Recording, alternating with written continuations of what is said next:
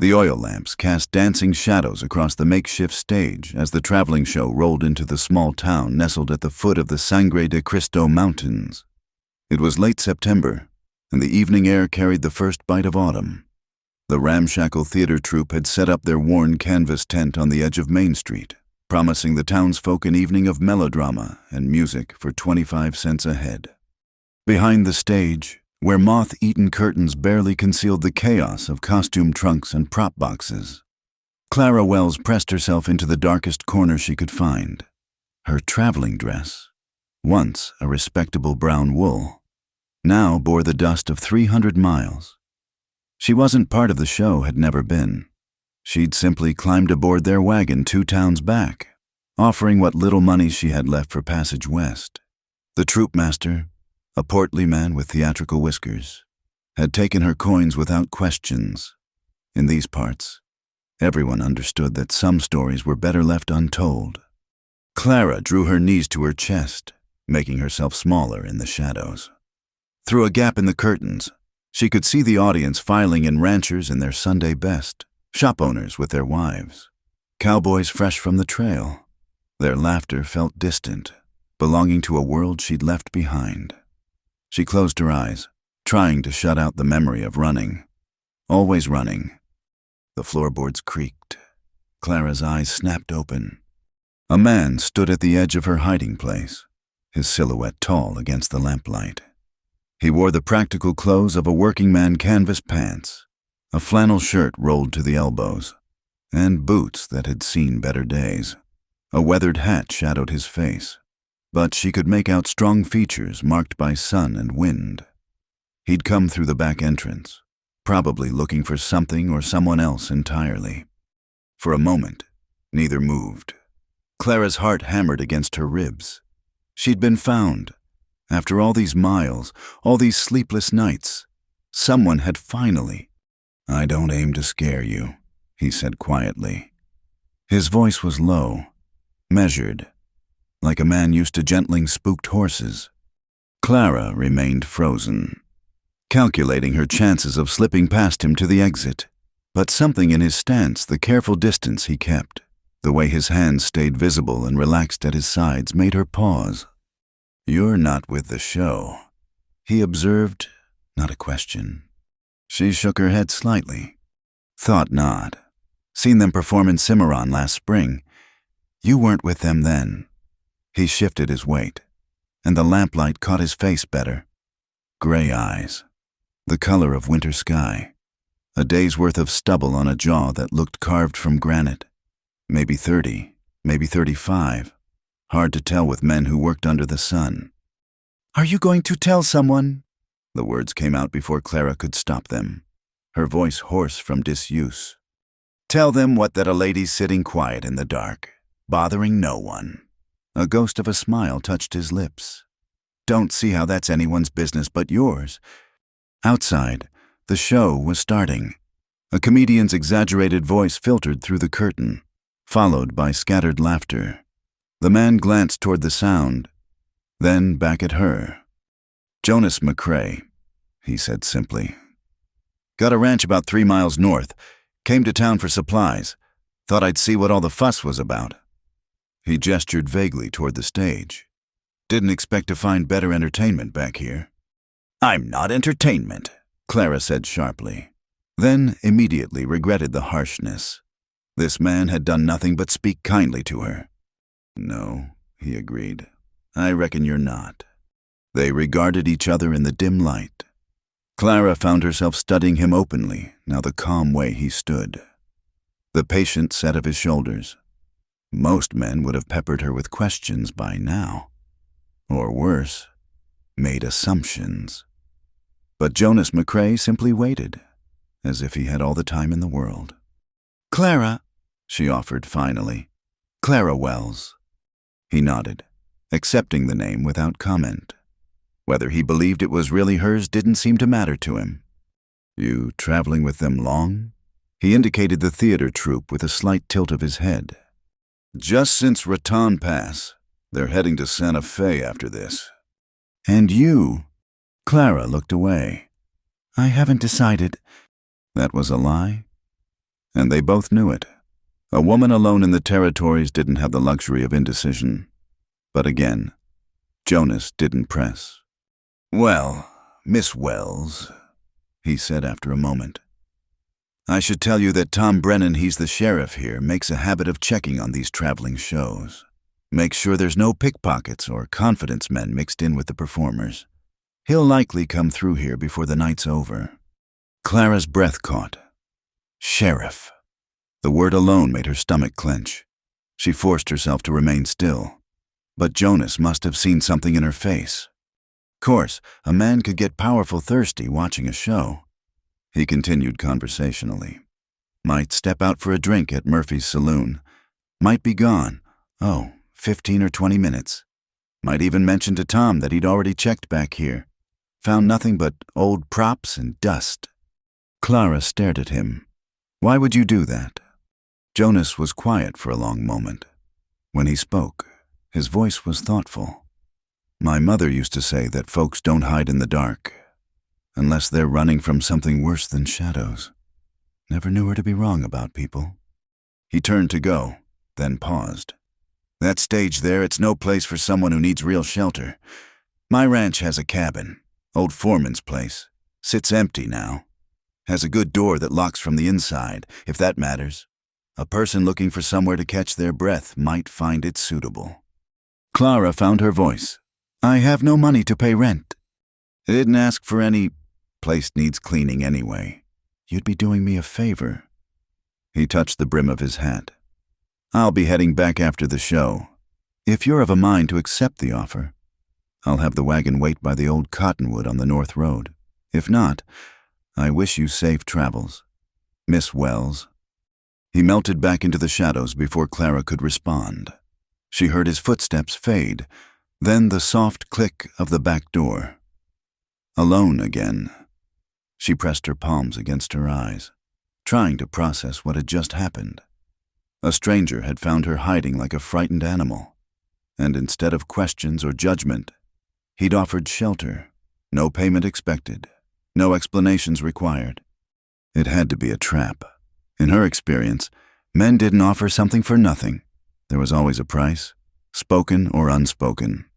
But his eyes hadn't held that calculating look she'd learned to recognize. Just a steady calm, like deep water. Through the curtain gap, she watched the audience. The comedian had given way to a singer, a woman in faded red satin warbling about lost love. Clara touched the pocket where she kept her last few coins, enough for maybe 2 more meals, if she was careful. After that, she thought of the sheriff Jonas had mentioned. Tom Brennan. Would he have heard about her by now? Were there telegraphs already spreading her description across the territories? A woman matching her height and coloring, last seen in Missouri, wanted for questioning regarding. No, she wouldn't think about that. Not here, not now. The singer finished to modest applause. Next would be the theatrical portion. Some overwrought tragedy that would make the ranch wives dab their eyes. Clara had 2 choices: stay here and risk the sheriff's inspection, or trust a stranger's offer. She thought again of Jonas McCrae's hands scarred from work, steady and still, the way he'd kept distance between them. Careful not to corner her. The matter-of-fact tone when he'd mentioned the lock on the cabin door. Understanding without asking why that detail might matter. Clara rose slowly, joints stiff from crouching. She smoothed her dusty skirts and took a breath. Perhaps it was foolish to trust a man she'd known for all of 5 minutes. But staying here, waiting for the law to find her, that was certain disaster. She slipped out the back door into the cool night air. The town lay quiet beyond the circle of lamplight, and somewhere to the north, an old cottonwood waited by the road. Clara pulled her shawl tight and began walking, leaving the tinny music and painted shadows behind. Behind her, the show went on. But Clara Wells had already exited the stage. The wagon rode smooth despite the rutted road, Jonas handling the reins with the same quiet competence he seemed to bring to everything. Clara sat beside him, her few belongings in a worn carpetbag at her feet. They'd left the town lights behind an hour ago, and now only stars lit their way. countless pinpricks in the vast western sky. Neither had spoken much since she'd appeared at the cottonwood tree. Jonas had simply nodded, helped her into the wagon, and clicked his tongue at the horses. Now, as they rolled through the darkness, Clara found herself stealing glances at his profile, the strong nose, the set of his jaw, the way his hands guided the team with minimal effort. "You want to tell me?" he asked finally, not taking his eyes from the road. Clara's fingers tightened on her shawl. "Tell you what?" "Whatever it is that's got you running scared." He paused. "Or not. Your choice." She was quiet for so long that Jonas probably thought she wouldn't answer. The horse's hooves kept steady time, and somewhere in the distance, a coyote called to its pack. "I was a school teacher," Clara said at last, "in Independence." Jonas made a small sound of acknowledgement, encouraging without pushing. "I taught the young ones reading, arithmetic, deportment." Her voice grew softer. "I was good at it. The children liked me." "I can see that," Jonas said simply. Clara drew a breath. There was a man, William Hartley. He was important. His family owned half the county. He decided he wanted to marry me.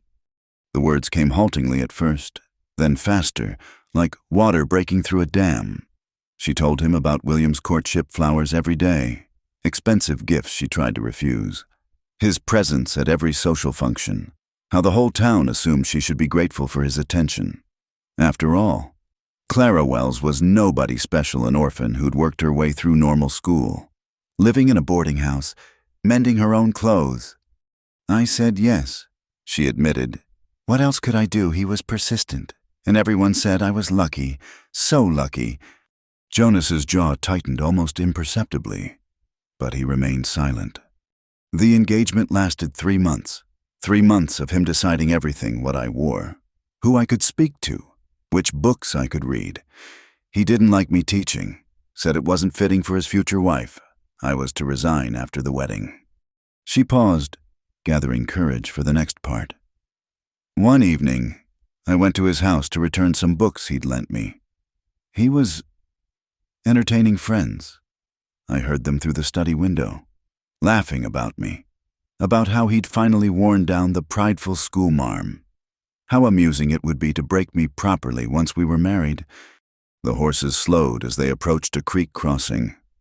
Jonas guided them through carefully before speaking.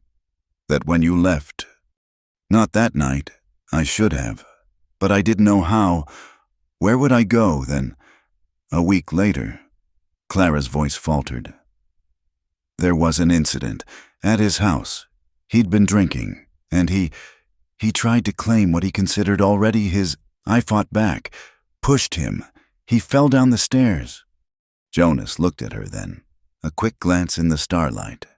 "Was he badly hurt?" "I didn't stay to find out. I ran, took what money I'd saved, and got on the first stage west. That was 2 weeks ago." "And you think he's following?" Clara laughed bitterly. "William Hartley doesn't follow. He sends others to do it.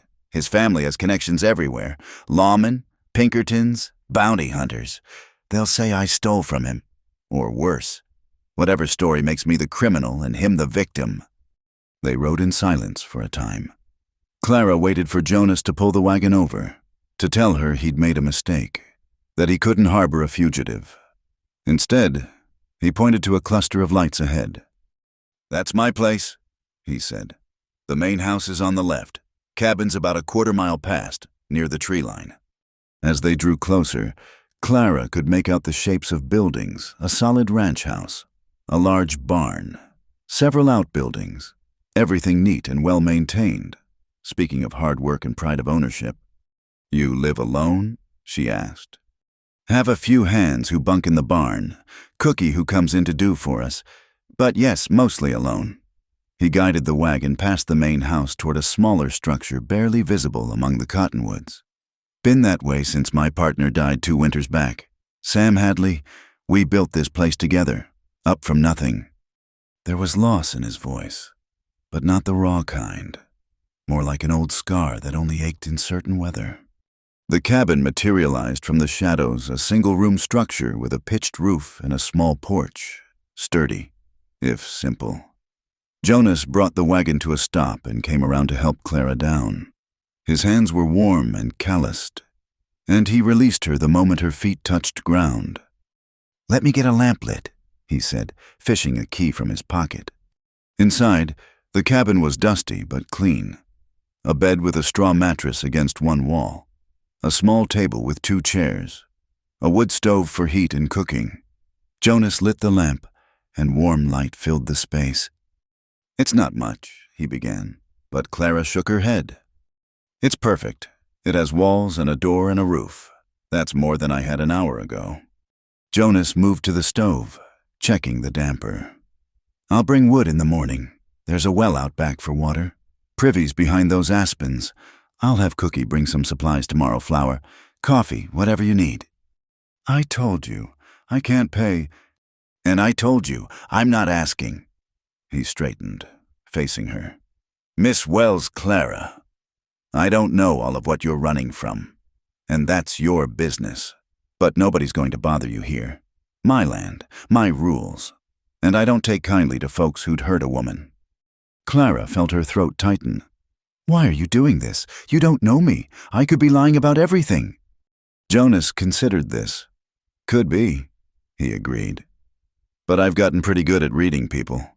Comes from working with horses, they always tell you the truth, even when they're scared. And right now, you're about the most frightened person I've seen who's still standing upright." He moved to the door, then turned back. "I meant what I said earlier. That door locks from the inside. You use it, I'll knock come morning, see if you need anything. But if you don't answer, I'll assume you want to be left alone, and I'll respect that." Clara watched him go, listened to his footsteps fade into the night. Then she did exactly what he'd suggested, crossed to the door and turned the lock. The click echoed in the small space. And for the first time in 2 weeks, she felt something loosen in her chest. She sank onto the bed, still fully dressed, and stared at the rough wooden walls. Tomorrow, she'd have to figure out what came next. Tomorrow, she'd have to decide whether to keep running or try to build something here, however temporary. But tonight, for the first time since fleeing independence, Clara Wells had a locked door between her and the world. It wasn't much, but it was enough. Outside, she heard Jonas's footsteps heading back toward the main house, a man of his word, giving her the space and safety he'd promised. No questions, no expectations, no price to be paid later. Clara lay back on the narrow bed and closed her eyes. For now, she was hidden. For now, she was safe. And that was more than she'd dared hope for when she'd crouched in the shadows behind that dusty stage. Dawn came early to the ranch, painting the mountains pink and gold. Clara woke to the sound of roosters and the distant lowing of cattle. For a moment, she didn't know where she was, then memory rushed back, and with it, the strange sensation of having slept deeply for the first time in weeks. A soft knock at the door made her sit up quickly, smoothing her wrinkled dress. "Miss Wells," Jonas's voice, quiet and respectful. "I've got coffee and breakfast, if you're inclined." Clara rose, finger combing her hair before opening the door. Jonas stood on the porch with a laden tray coffee pot, cups, biscuits, bacon, and beans. The morning sun caught the silver threading through his dark hair, and she noticed his clothes were fresh, his face clean-shaven. "Thought you might be hungry," he said simply. "Thank you." She stepped aside to let him enter. He set the tray on the table, then moved immediately back toward the door. "I'll let you eat in peace. When you're ready, I'll be out by the wood pile. Meant to get that stove supplied before winter sets in proper." After he left, Clara poured herself coffee with shaking hands. The hot liquid was strong and bitter, exactly what she needed. She ate slowly, savoring each bite. Real food, not the hardtack and jerky she'd been surviving on. Through the window, she could see Jonas splitting wood with economical swings of the axe. His movements were rhythmic, practiced. Beyond him stretched the ranch neat corrals, grazing horses, mountains rising blue in the distance. It was beautiful in its simplicity, a working place with no pretense. When she'd finished eating, Clara tidied herself as best she could and ventured outside. The morning air was crisp, carrying the scent of pine and sage. Jonas looked up from his work, setting the axe aside. "You actually came," he said, and she caught the hint of surprise in his voice. "Did you think I'd disappear in the night?" "Thought you might." He gestured to the growing pile of split wood. "Folks who are running sometimes keep running, even when they find a place to stop." Clara picked up a piece of wood, testing its weight. "I considered it," she admitted. "But I'm tired. Mr. McCrae, bone tired." "Onus," he corrected, "and I understand tired." They worked in companionable silence, Jonas splitting while Clara stacked. The sun climbed higher, warming her back through the thin fabric of her dress. She found herself stealing glances at him, the flecks of muscle beneath his shirt, the sure way he handled the axe, the quiet concentration on his face. "You said you had a partner who died," Clara ventured after a while. "You built this place together." Jonas nodded, not breaking rhythm. "Sam Hadley. Met him on a cattle drive up from Texas. Neither of us had much, but we had the same dream: our own land, our own stock, nobody to answer to but ourselves." He paused to wipe his brow. "Took us 10 years, but we did it." "What happened to him?" "Pneumonia. Came on fast that winter.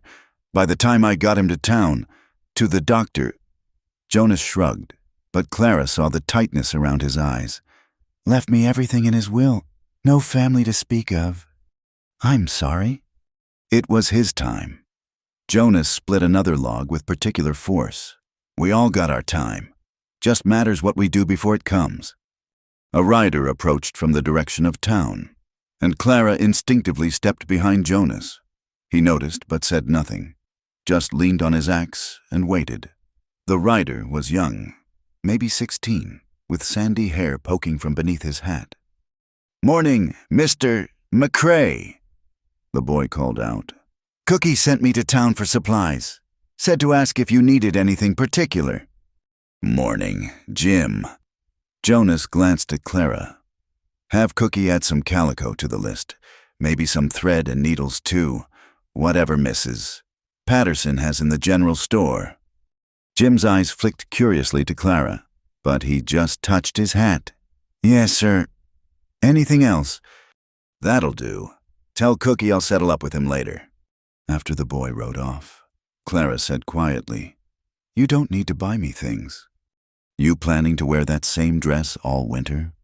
She flushed. "I have one other in my bag. 2 dresses won't see you through till spring. Besides, I figured you might like something to keep your hands busy. Noticed you folded that napkin about 6 different ways during breakfast." Clara looked down at her hands, surprised by his observation. It was true she was used to being busy. Teaching, mending, always something to occupy her fingers and mind. "I can sew," she said, "if you have mending needs doing." "Plenty of that around here. Cowboys are hard on clothes." Jonas resumed splitting wood. "But that's only if you want, no obligations. Remember, they worked until the sun was high overhead." Jonas showed her where the well was, how to work the pump. He pointed out the various buildings, the bunkhouse where his 4 ranch hands slept, the smokehouse, the root cellar. Cookie, the ranch's cook and general caretaker, emerged from the main house to meet her. He was a grizzled man in his 50s with a pronounced limp and kind eyes. "Ma'am," he said, touching his hat, "Jonas says you'll be staying in the old cabin. You need anything, you just holler. I don't hear so good, but I see fine." "Thank you, Mr. Just Cookie, ma'am. Been just Cookie for so long I nearly forgot my Christian name." He winked. "I'll bring those supplies by when Jim gets back." As the day wore on, Clara found herself relaxing by degrees. The ranch hands who passed tipped their hats respectfully but didn't linger or stare. Jonas introduced her simply as Miss Wells, who'll be staying in the cabin for a spell, and that seemed to be enough for everyone. By late afternoon, she was back in the cabin, sorting through the supplies Cookie had delivered. Good quality calico in blue and brown, thread, needles, even a pair of scissors. More than she'd asked for, more than she deserved. Jonas appeared at her door as the sun was setting. Thought you might want to know the routine around here. We eat supper in the main house. Cookie insists on feeding everybody who's on the property. But if you'd rather take your meals alone, he can bring them out. Clara hesitated. The thought of sitting at a table with strangers made her stomach clench. But hiding forever wasn't possible either. I'll come, she decided, if that's acceptable. More than acceptable. Was that approval in his eyes? Supper's at 6. Nothing fancy, we're working folk here. The main house was larger inside than it appeared, with a big kitchen dominated by a long plank table. The ranch hands were already seated: Jim, the boy from earlier, and 3 older men who stood politely when she entered. Jonas made introductions. Tom Wheeler, the foreman, a steady-looking man in his 40s. Ben Cruz and Hank Morrison, both experienced cowboys with weathered faces and gentle manners. Conversation during the meal was sparse but comfortable, mostly talk of the next day's work, which pastures to move the cattle to, repairs needed on the south fence. Clara listened, letting the normal rhythm of a ranch life wash over her. No one asked where she'd come from or why she was there. If they were curious, they kept it to themselves. After supper, Jonas walked her back to the cabin. The first stars were appearing, and the air had turned cold. "Thank you," Clara said at her door, "for everything. I know I keep saying it, but—" "No need." Jonas shifted his weight, looking out toward the mountains. "We've all been somewhere we didn't want to be. All needed help getting to somewhere better, just passing along what was given to me once." He bid her good night and headed back to the main house, leaving Clara to wonder who had helped Jonas McCrae when he'd needed it. She went inside and lit her lamp, then sat at the table with the calico and scissors. By lamplight, she began cutting out pieces for a new dress. Simple work, familiar work. Her hands remembered the motions even as her mind drifted. One day, she'd made it through one day without running, without looking over her shoulder every minute. It wasn't much, but it was a start. Tomorrow she'd wake up in this same small cabin, with its solid walls and good strong door. She'd drink coffee and stack wood and maybe finish cutting out this dress. For now, that was enough. For now, she could stop running and just be still. Outside, the wind picked up, rattling the windows. But inside, Clara was warm and safe, her fingers moving steadily through the familiar rhythm of her work. Somewhere in the main house. She could see lamplight in the windows and imagine Jonas reading or working on his ledgers, the ranch hands playing cards or mending tack. A place of simple routines and honest work. A place where nobody asked questions they had no right to ask. A place where a frightened woman could catch her breath and remember who she was before fear took hold. Clara worked until her eyes grew heavy, then carefully folded the cut fabric and prepared for bed. Tomorrow would bring its own challenges, but tonight she had a roof over her head and a lock on her door, and a man who asked nothing from her but what she was willing to give. It was more grace than she dared hope for, and exactly what she needed. The wind that had rattled Clara's windows all night brought the first real cold of autumn. She woke to frost on the window panes and her breath visible in the air. The little stove had burned down to nothing, and she shivered as she dressed, pulling her shawl tight around her shoulders.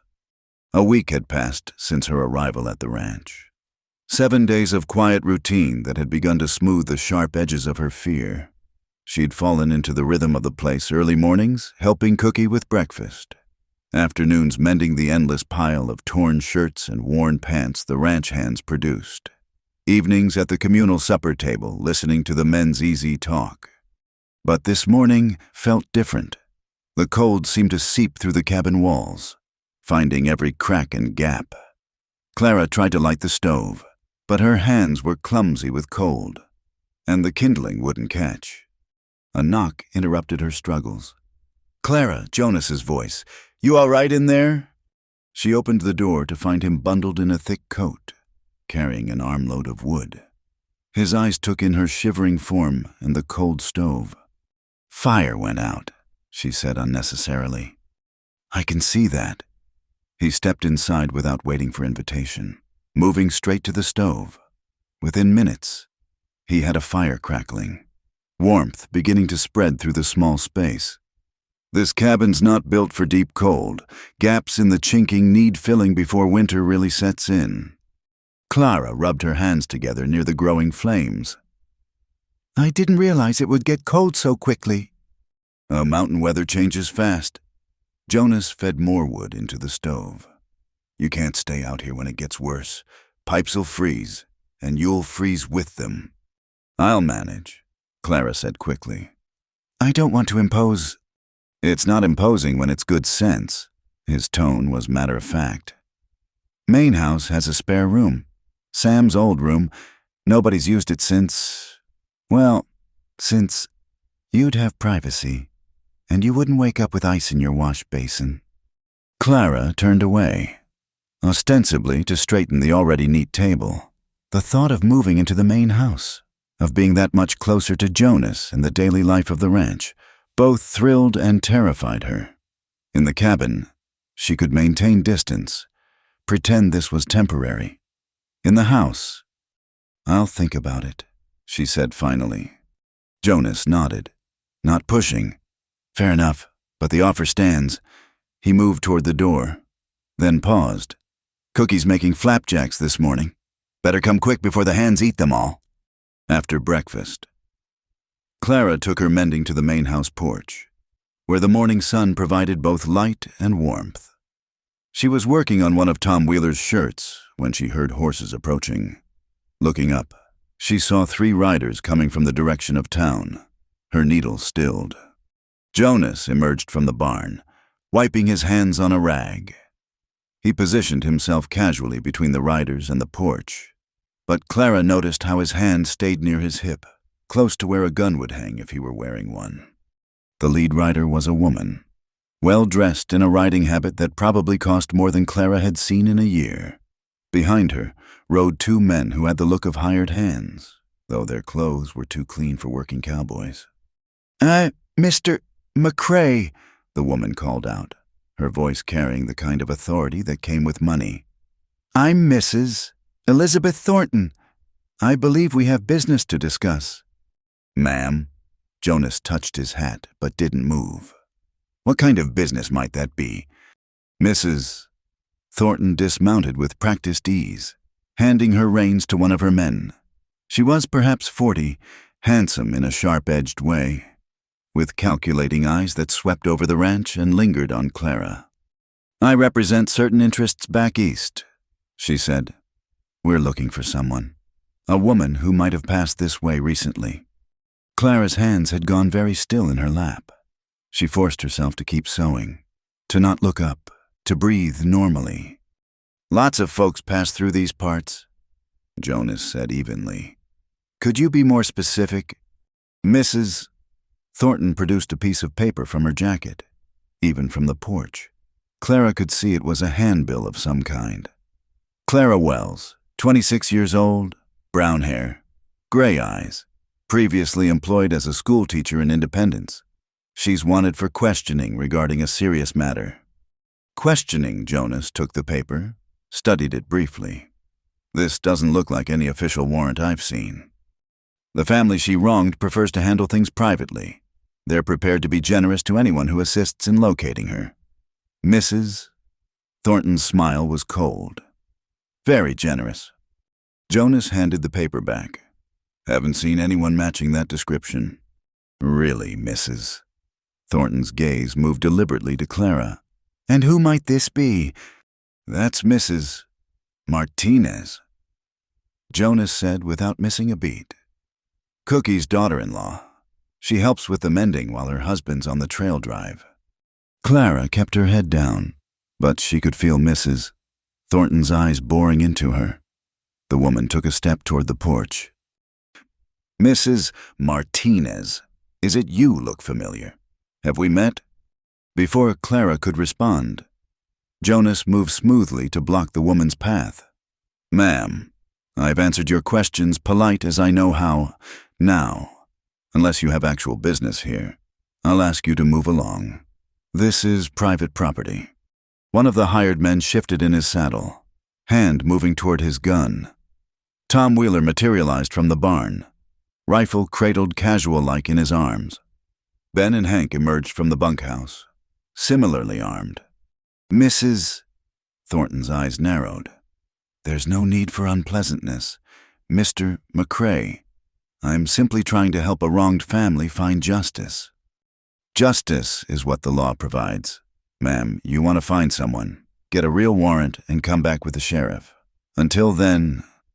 Jonas let the sentence hang. For a long moment, nobody moved. Then Mrs. Thornton smiled, that cold smile again. "Of course, my apologies for the intrusion, but Mr. McCrae, people who harbor fugitives often find themselves in difficult positions. Legal difficulties, financial difficulties. All sorts of troubles can befall a ranch like this." "Is that a threat, ma'am?" "Simply an observation." She moved back to her horse, mounting with the same easy grace. "Good day, Mr. McCrae, Mrs. Martinez." They watched the three riders disappear down the road. Only when they were out of sight did Jonas turn to Clara. Her face had gone pale, and her hands were clenched so tight in her lap that her knuckles showed white. "Inside," he said quietly. "Now." In the kitchen, Clara sank into a chair. Cookie appeared with coffee, his weathered face grim. The ranch hands filed in too, rifles set aside but close at hand. "That woman's trouble," Tom Wheeler said. "Seen her type before. Bounty hunter, most like. Fancy dress or no." "The Hartley family," Clara said, her voice barely above a whisper. "They must have hired her. I should leave. Tonight, if they come back." "Nobody's coming back without proper papers," Jonas said firmly, "and nobody's leaving because some overdressed vulture comes making threats." "But she saw me.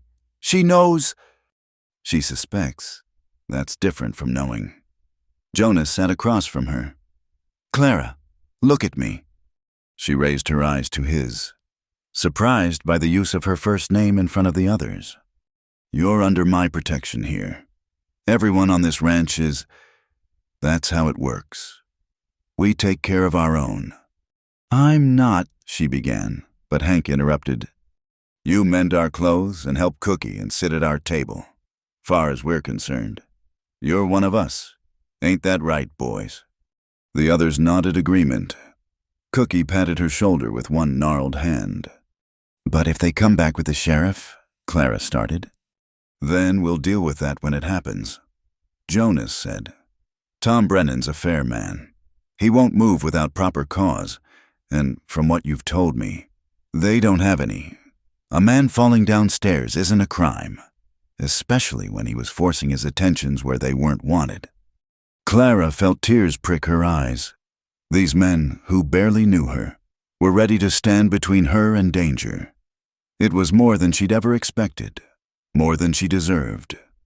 "Thank you," she managed. "All of you." "No thanks needed," Tom Wheeler said gruffly. "Now, if you'll excuse us, we've got work to do. Fences don't mend themselves." The hands filed out, leaving Clara alone with Jonas and Cookie.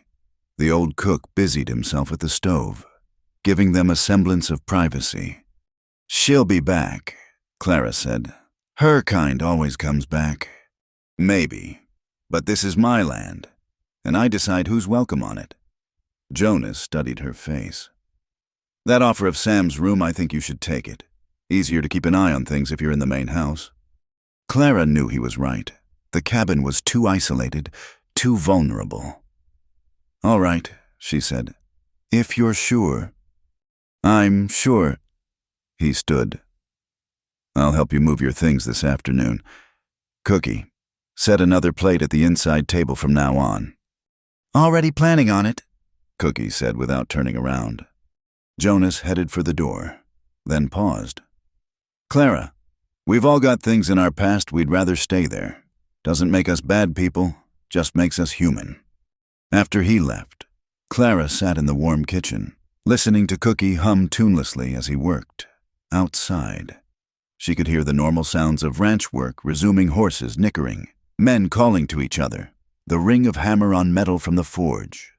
They'd circled around her, these rough men with their gentle ways, made her part of their world without asking anything in return, and now they were ready to defend her place in it, even against threats they didn't fully understand. Clara picked up her mending and resumed her work. Her hands were steady now, the fear replaced by something warmer. Not safety. Exactly, she might never feel truly safe again, but belonging. That was something she hadn't expected to find on this windswept ranch. Through the window, she could see Jonas working with a young horse in the corral, his movements patient and sure. He glanced toward the house and, catching her eye, touched his hat brim slightly. A simple gesture, but it said everything. You're one of us now. We've got your back. Clara returned to her sewing, a small smile playing at her lips. Let Mrs. Thornton come back with her threats and her hired men. She'd find more than she bargained for at the McCrae Ranch. Sometimes, Clara thought, you found your people in the most unexpected places, and sometimes they were worth fighting for. Sunday morning dawned clear and cold. Clara stood before the small mirror in what had been Sam's room, pinning her hair with careful fingers. She'd been living in the main house for 2 weeks now, and the space had begun to feel less like an intrusion and more like home. The room was simple, a bed, a washstand, a small wardrobe, but it was warm and safe. And through the window she could see the mountains painted gold by the rising sun. A knock at her door interrupted her preparations. Clara? Cookie's voice. Jonas is hitching up the wagon if you're still minded to go to church. I'll be right down, she called back. The decision to attend Sunday service had been hers, though she'd seen the surprise in Jonas's eyes when she'd mentioned it. He wasn't a regular churchgoer himself, preferring what he called conversations with the Almighty under open sky. But he'd offered to drive her without hesitation. In the kitchen, she found Jonas waiting, dressed in his best clothes, a clean white shirt, dark vest, and the one pair of pants without patches. He looked uncomfortable in the formal attire, tugging at his collar like a schoolboy. You clean up nice, Cookie observed with a grin. Might even pass for respectable folk. Jonas shot him a look that would have quelled a lesser man. Cookie just chuckled and handed Clara a basket. Some preserves for the church social. My grandmother's recipe. The ride to town was quiet, the wagon wheels crunching over frost-hardened ground. Clara pulled her shawl tighter, aware of Jonas beside her, of the way his hands held the reins with the same steady competence he brought to everything. You don't have to do this, she said as the town came into view. Come to church. I can walk back. Wouldn't be right, leaving you to walk 3 miles in Sunday shoes. He paused. Besides, might do me good. Been a while since I darkened a church door. The small white church sat at the end of Main Street, its bell tower reaching toward the cloudless sky. Wagons and horses already filled the yard, and Clara could see families making their way inside. Her stomach tightened. This would be her first real appearance in town society, the first time she'd be seen by everyone at once. Steady, Jonas murmured, as if gentling a nervous horse. Just folks, same as us. But as they entered the church, Clara felt the weight of every gaze. Conversations stuttered and stopped.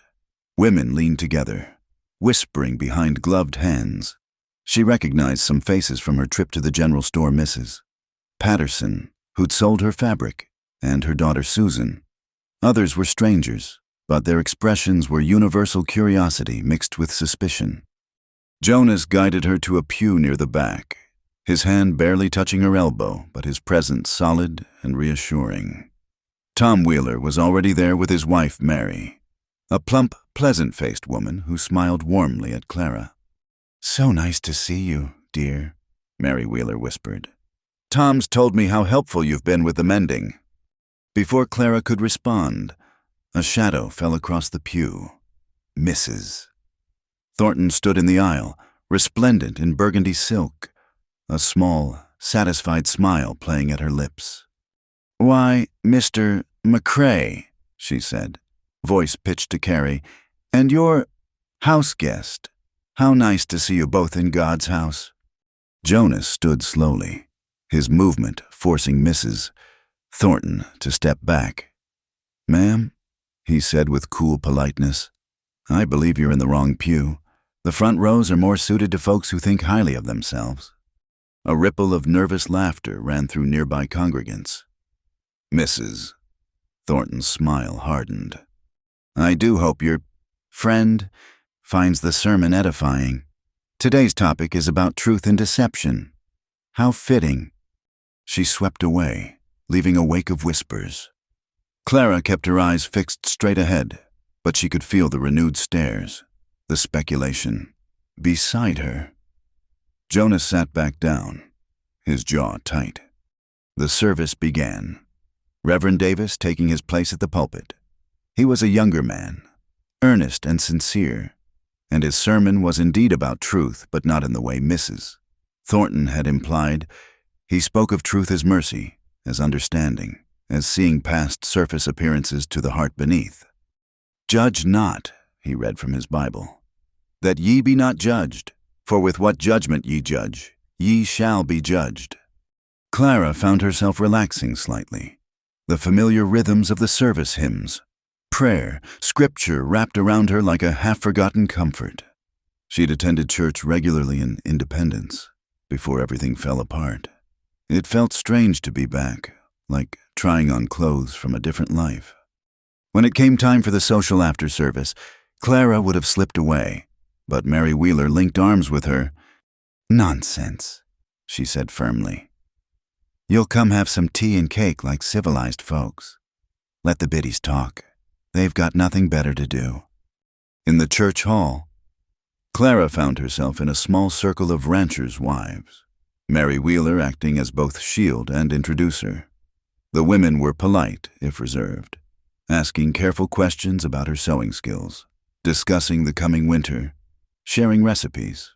Normal conversation, except for the weight of unasked questions hanging in the air. Jonas stayed close, talking with the men about cattle prices and weather, but Clara could see him tracking her movements, ready to intervene if needed. "You're the school teacher, aren't you?" A young woman Clara's age approached, curiosity bright in her eyes. "From back east, I'm Lucy Morrison Hank's daughter. I help teach the little ones here when I can." "I was a teacher, yes," Clara said carefully. "Oh, how wonderful. We so need proper teachers here. The children run wild half the time. Perhaps you might consider—" "Miss Wells' situation is temporary." Mrs. Thornton materialized beside them, her voice sweet as poison. "I'm sure she'll be moving along soon. Won't you, dear?" The circle of women fell silent. Clara felt heat rise in her cheeks, but before she could respond, a new voice cut through the tension. "Actually, I've been hoping to convince Miss Wells to stay." It was Jonas, moving to stand beside her with natural ease. "Ranch needs a schoolteacher. The Hand's children are growing up wild. Like Lucy said, been thinking of building a schoolhouse, if we had someone qualified to run it." "A schoolhouse?" Tom Wheeler picked up the thread. "That's a fine idea. Boss, Mary's been saying the same thing." "Indeed I have," Mary agreed. "Why? Just last week, little Jimmy Cruz asked me what 2 + 2 was, and I had to use my fingers to figure it." Gentle laughter eased the tension. Mrs. Thornton's face had gone tight with displeasure. "How generous," she said. "Though I wonder if the parents would want their children taught by someone with such mysteries in their past. The hall went quiet again. This time, it was Reverend Davis who spoke. Mrs. Thornton," he said mildly. "I believe I just preached about the dangers of judgment without knowledge. Perhaps we should all reflect on that message." Mrs. Thornton flushed. "Of course. Reverend, I only meant—" "We all know what you meant," Mary Wheeler said flatly. "And we're not interested now. Who wants to try my apple cake?" The conversation moved on, deliberately excluding Mrs. Thornton, who stood for a moment like a thwarted child before stalking away. Clara caught Jonas's eye, saw the small smile playing at the corner of his mouth. "Thank you," she murmured when they had a moment alone. "For what Stating Facts Ranch does need a school, and you need something more than mending to keep you busy." His expression grew serious. "But only if you want. No obligations. Remember."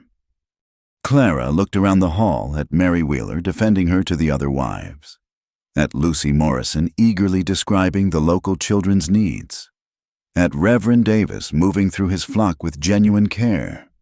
Not everyone was welcoming. She could see that, but enough to maybe build something. "I'll think about it," she said. "That's all I ask." Jonas paused. "Ready to head back, Cook? You'll be wondering if we got religion and decided to stay permanent." As they made their goodbyes, more people approached Clara. Not everyone, some still held back, suspicious or swayed by Mrs.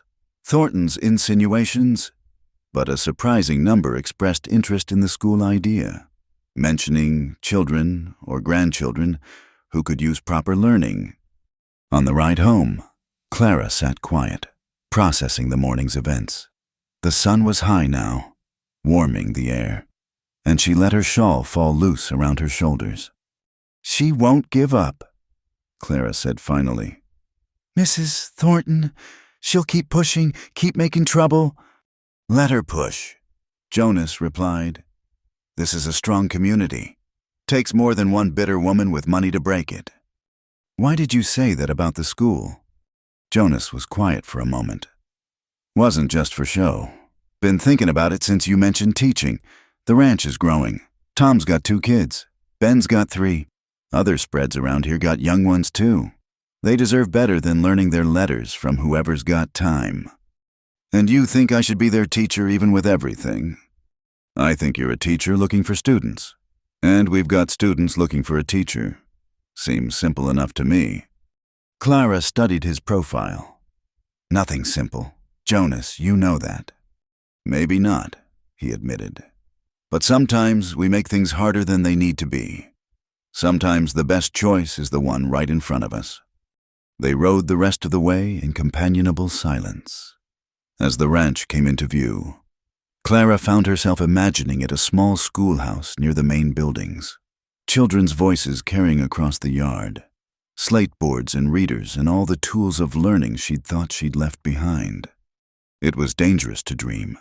Dreams could be shattered so easily, but sitting beside Jonas in the afternoon sun, with the memory of Mary Wheeler's fierce defense and Lucy Morrison's eager questions, Clara allowed herself just a small one, a life here, a purpose, a place where her past mattered less than what she could build for the future.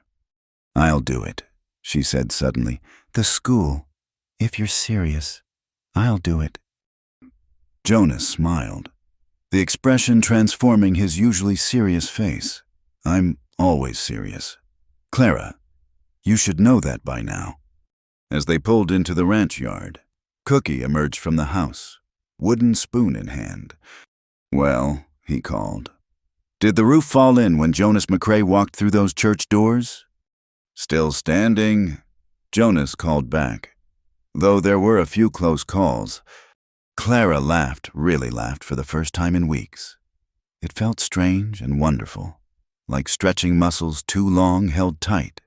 She was still wanted somewhere, still hunted, but for now, for today, she was also wanted here, needed here. And that, she thought as Jonas helped her down from the wagon, might just be enough to build on. The fire crackled low in the main house hearth, casting dancing shadows across the room. Outside, November wind rattled the windows, but inside was warm and close.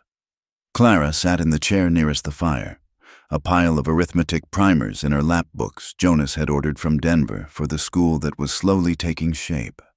It had been a long day. 3 of the ranch children had come for lessons in the afternoon, using the kitchen table as a makeshift classroom until the proper schoolhouse was finished. Their eager faces and quick minds reminded her why she'd loved teaching, before everything went wrong. Jonas entered from checking the stock, bringing with him the scent of cold air and hay. He hung his coat by the door and moved to warm his hands by the fire, standing close enough that Clara could feel his presence like a physical thing. "Children get home safe?" he asked. "Tom rode them back an hour ago." Clara set aside the books, suddenly aware they were alone.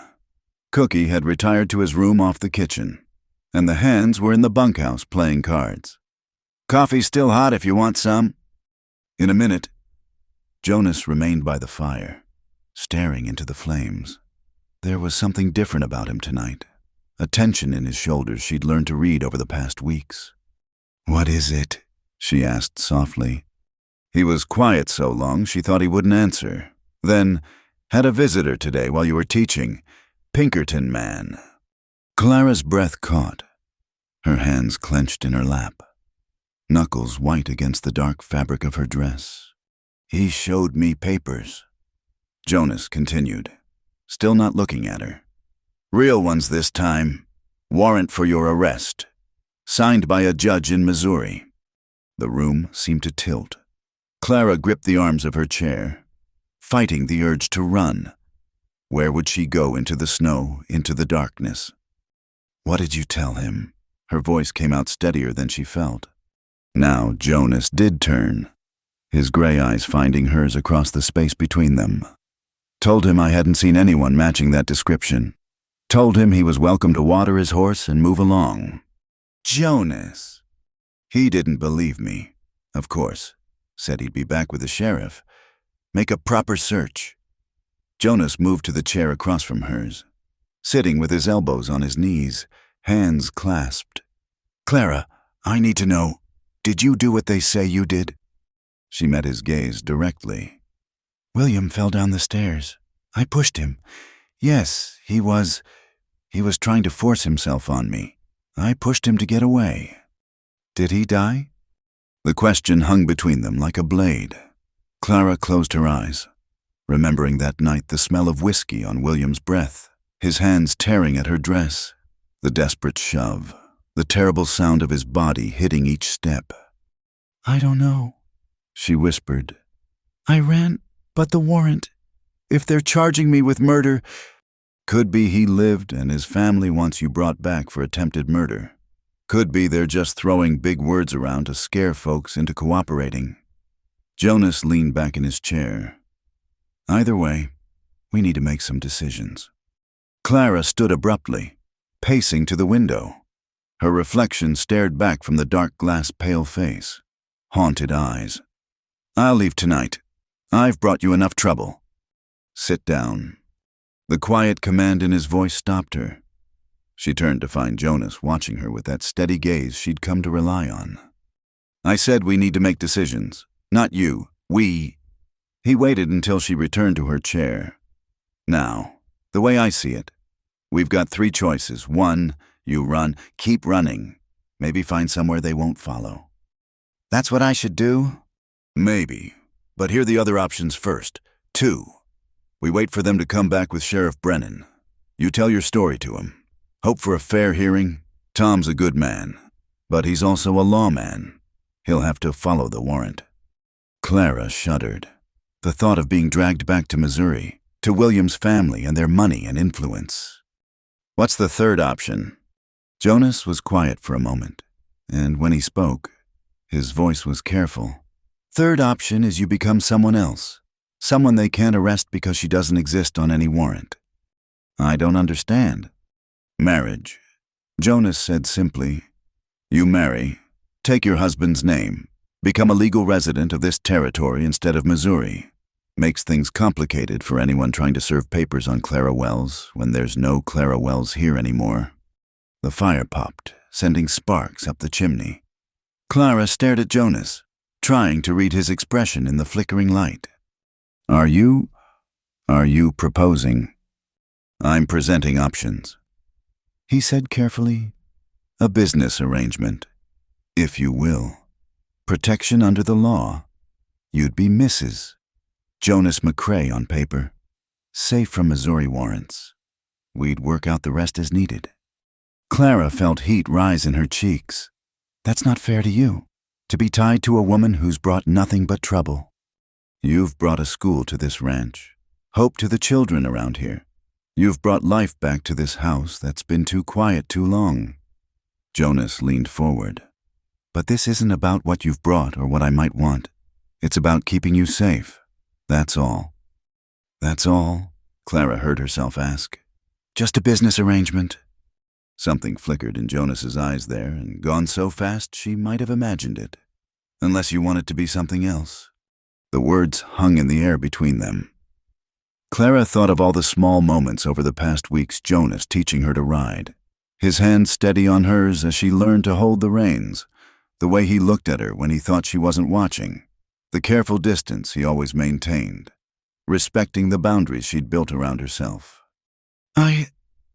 Clara stopped, searching for words. Jonas, I need you to understand something. She rose from her chair and moved to the fireplace, needing the distance to say what came next. That night with William, it wasn't the first time he'd tried. For weeks before, he'd been pressing his attentions, making it clear what he expected once we were married. The whole town knew we were engaged. They all said I was lucky. Her voice turned bitter. Lucky to be chosen by such an important man. Lucky he was willing to overlook my common background, and when he'd corner me after school or show up at my boarding house late at night, everyone pretended not to see. Clara, I'm telling you this because I need you to understand I won't be any man's property again, not even on paper, not even for protection. She turned to face him. If I marry you, if it would have to be real, equal, not just a business arrangement where I trade one kind of ownership for another. Jonas stood slowly, crossing to where she stood by the fire. He stopped just out of reach, his voice low and serious. Clara Wells, I am not William Hartley. I don't want to own you any more than I want to own the wind. If we married, if it would be as partners, equals, your school would be yours to run.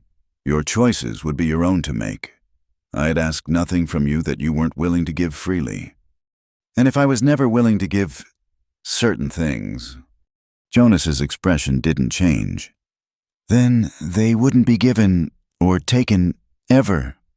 Clara searched his face, looking for the lie, the trap, but there was only Jonas, steady and true as always. Can I think about it? She asked softly. Take all the time you need. Pinkerton man said he'd be back in 3 days with the sheriff. Jonas moved back toward his chair. Whatever you decide, we'll face it together. If you want to run, I'll help you run. If you want to fight, I'll stand beside you. And if you want that third option, you'll marry me. Clara finished. I'd be honored to. Jonas said simply.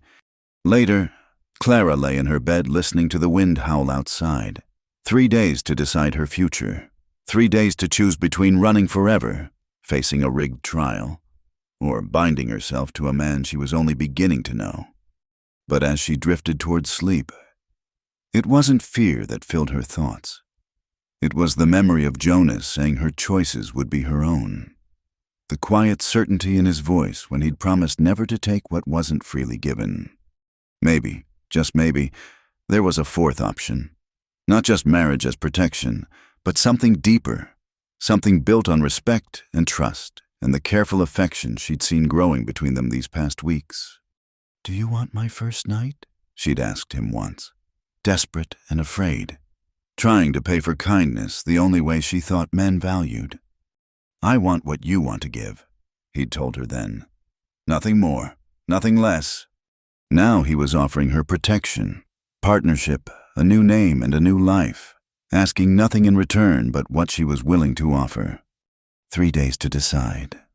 Clara closed her eyes and let sleep take her, knowing that for the first time in months, the choice, whatever she decided, would truly be hers to make. The weekly market in town was busier than usual. Ranchers and farmers making final purchases before winter locked down the mountain passes. Clara moved between the stalls, selecting vegetables for Cookie's root cellar, trying to ignore the whispers that followed in her wake. 2 days had passed since Jonas's proposal. Tomorrow, the Pinkerton man would return with the sheriff. She'd made her decision the night before, lying sleepless while snow began to fall. But she hadn't told Jonas yet, needing this last day to be certain, to feel the choice settle into her bones. "Miss Wells," Lucy Morrison's bright voice cut through her thoughts. "How wonderful to see you. Mother's been asking after those arithmetic books you mentioned." Clara smiled at the young woman's enthusiasm. "They should arrive next week. I'll bring them by—" Well. A familiar voice made Clara's shoulders tense. "Our mysterious schoolteacher, shopping like an honest woman. Mrs. Thornton stood behind them, accompanied by 2 women Clara recognized as the banker's wife and the owner of the millinery shop. All 3 wore expressions of polite malice. Mrs. Thornton." Clara kept her voice level. "Ladies." "We were just discussing the unfortunate rumors circulating about you," Mrs. Thornton continued, loud enough for nearby shoppers to hear. "Something about lawmen and warrants. How distressing for poor Mr. McCrae, harboring a fugitive." Lucy Morrison stepped closer to Clara, her chin lifting. "I don't believe in spreading gossip, Mrs. Thornton, especially not in the market like common fishwives." The banker's wife gasped at the insult, but before Mrs. Thornton could respond, a commotion erupted near the livery stable. A young man Clara recognized as William Hartley's nephew. James had arrived with 3 companions. They wore the dusty clothes of hard riding and the confident swagger of men used to getting their way. Clara's blood ran cold.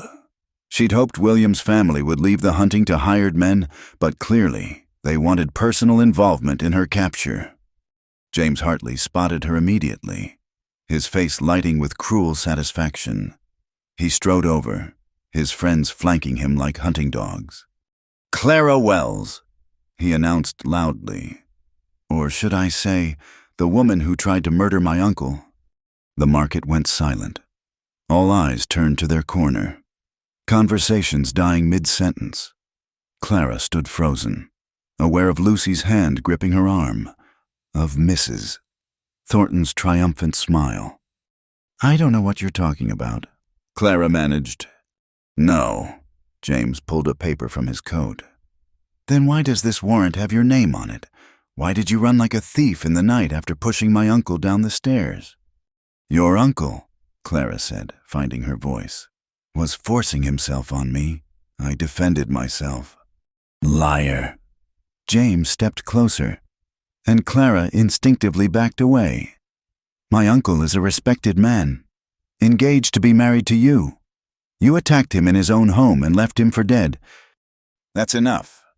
The voice came from behind Clara, deep and steady. Jonas stood there with Tom Wheeler and Ben Cruz, all 3 men armed and ready. The crowd parted to let them through. "This is a private conversation," James said dismissively. "Nothing's private when you're yelling in the middle of the market." Jonas replied. He positioned himself between Clara and James, solid as a wall. "And I'll ask you to step back from the lady." "Lady," James laughed ugly. "She's a would-be murderess, and you're harboring her, McCrae. That makes you guilty too." "Does it?" Jonas's voice remained calm. "I don't recall seeing a badge on you. Boy, you want to serve warrants. Wait for the sheriff like a law-abiding citizen." James's face flushed red. "Boy, I'm William Hartley's nephew. And I'm a man who doesn't take kindly to folks threatening women in my town." Jonas said, "Now, you can either conduct yourself proper, or you can move along. Your choice. One of James's companions, bolder or stupider than the rest, stepped forward. Maybe we don't feel like moving along. Maybe we take what we came for right now. The click of several hammers being cocked echoed through the market. Tom Wheeler and Ben Cruz had drawn their weapons, as had several other ranchers who drifted closer during the confrontation. Gentlemen. Sheriff Brennan's voice cut through the tension. The lawman approached with measured steps, his own hand resting on his pistol. I believe we need to calm down before someone does something they'll regret. Sheriff, James said eagerly, this woman is wanted in Missouri. I have the papers right here. And I'll review them in my office, as is proper. Brennan interrupted, not in the street like some vigilante mob. He looked at Clara, not unkindly. Miss Wells, might I ask you to come to my office tomorrow morning? We'll sort this out legal and proper. Before Clara could answer, Jonas spoke. She'll be there, Tom, with representation. Brennan nodded. Fair enough. Now, Mr. Hartley, I suggest you and your friends find lodging for the night. Any attempt to take justice into your own hands will be met with the full force of my office. Understood. James clearly wanted to argue, but his companions pulled him back. As they retreated, he called out, This isn't over. My uncle deserves justice. The crowd began to disperse. The show, apparently over, misses. Thornton looked disappointed at the anticlimactic ending. Lucy Morrison squeezed Clara's hand before her mother pulled her away. Come on, Jonas said quietly. Let's get you home. But Clara stood firm. The fear that had gripped her was transforming into something else anger, clean and bright. She was tired of running, tired of hiding, tired of men like William and James Hartley believing they owned the world. No, she said, loud enough for the lingering crowd to hear. I have something to say. Jonas looked at her with concern, but didn't try to stop her. Clara stepped forward, addressing not just James Hartley's retreating back, but the whole town. Yes, I pushed William Hartley down the stairs, she said, her voice carrying clear across the market. I pushed him because he cornered me in his house, because he tore my dress, because he tried to take by force what I wouldn't give freely. I pushed him and I ran, because I knew his family's money would buy a different truth than mine. She could see faces in the crowd, some skeptical, some sympathetic, many uncomfortable with such frank talk. But she continued, I've been running ever since, hiding, ashamed, as if defending myself was something to be ashamed of. But I'm done running. Clara raised her chin. Tomorrow I'll face whatever charges they bring. I'll tell my truth, even if no one believes it, because I'd rather stand trial as an honest woman than live free as a frightened one. The silence stretched. Then, from somewhere in the crowd, came the sound of clapping. One person, then another, then several more. Not everyone, many still looked uncertain or disapproving, but enough to make James Hartley's face darken with rage before he stormed off. That was brave, Jonas said quietly as they walked to the wagon. Maybe foolish, but brave. I'm tired of being afraid, Clara replied. Whatever happens tomorrow you won't be facing it alone. Jonas interrupted. I meant what I said. We handle this together. As they drove out of town, Clara saw Lucy Morrison and Mary Wheeler talking animatedly with a group of women near the church. The minister's wife was nodding thoughtfully. By evening, Clara suspected her words would have spread to every household in the valley. Back at the ranch, Cookie had heard the news bad tidings traveled fast. He served dinner with grim determination, piling Clara's plate high as if food could solve legal troubles. The ranch hands ate quietly, their usual banter replaced by protective silence. After dinner, Jonas found Clara on the porch, watching the last light fade from the mountains. You never gave me an answer, he said, settling beside her on the bench. About my proposal. Clara turned to him, studying his profile in the dying light. If they arrest me tomorrow, They won't. But if they do, then I'll be waiting when you get out." He faced her fully. "Clara, I'm not offering marriage to save you from the law. The law can be fought other ways. I'm offering because—" He paused, choosing words carefully. "Because this house has been brighter since you came. Because the children need their teacher. Because I wake up looking forward to seeing you at breakfast and go to bed wishing we had more time to talk." Clara's breath caught. "Jonas!" "I'm not a man of pretty words," he continued. "Don't know how to court proper, with flowers and such. But I know what I want. I want you to stay. Not because you have to, but because you choose to, as my wife, if you'll have me as yourself. Always." Clara thought about William's courtship, the expensive gifts, the possessive touches, the assumptions about what she owed him. Then she looked at Jonas, who'd offered her shelter without asking for payment, who'd stood between her and danger, who even now was giving her the choice he knew she needed. "Yes," she said softly, "if you'll have me, with all my troubles and my past and my fears. Yes." Jonas's smile was like sunrise after a long night. He reached for her hand, held it gently between both of his. "Then, tomorrow, whatever happens, we face it as intended." "You mean if the sheriff doesn't arrest me immediately? Tom Brennan's a fair man. He'll listen. And the judge—" Jonas squeezed her hand. "Judge Patterson's wife goes to church with Mary Wheeler. They've been friends for 20 years. I think you'll find you have more allies than you know." As if to prove his point, Tom Wheeler appeared around the corner. "Boss, Ryder's coming. Looks like Reverend Davis and some of the church ladies." Indeed, a small procession was approaching the ranch. The minister led the group, followed by his wife. Mary Wheeler, Lucy Morrison and her mother, and several other women Clara recognized from church. "Miss Wells," Reverend Davis said as they gathered on the porch, "we've come to discuss tomorrow's proceedings. The ladies have some thoughts about ensuring you receive fair treatment. We've written to the territorial governor," the minister's wife announced. "My cousin is his secretary. A telegram has already been sent expressing our concerns about Missouri trying to enforce questionable warrants in our territory." "And we'll all be at the sheriff's office tomorrow," Mary Wheeler added. "Every woman who's ever had unwanted attentions pressed on her, which is most of us, if we're honest. Let them try to paint you as a villain with half the town's women standing beside you." Clara felt tears prick her eyes. These women, some of whom barely knew her, were ready to stand publicly in her defense. It was more than she'd ever dared hope for. "Thank you," she managed. "All of you." "No thanks needed," Lucy's mother said firmly. "We look after our own here, and you're one of us now." As the group discussed strategies for tomorrow, Jonas drew Clara aside. "See," he said quietly, "you're not alone.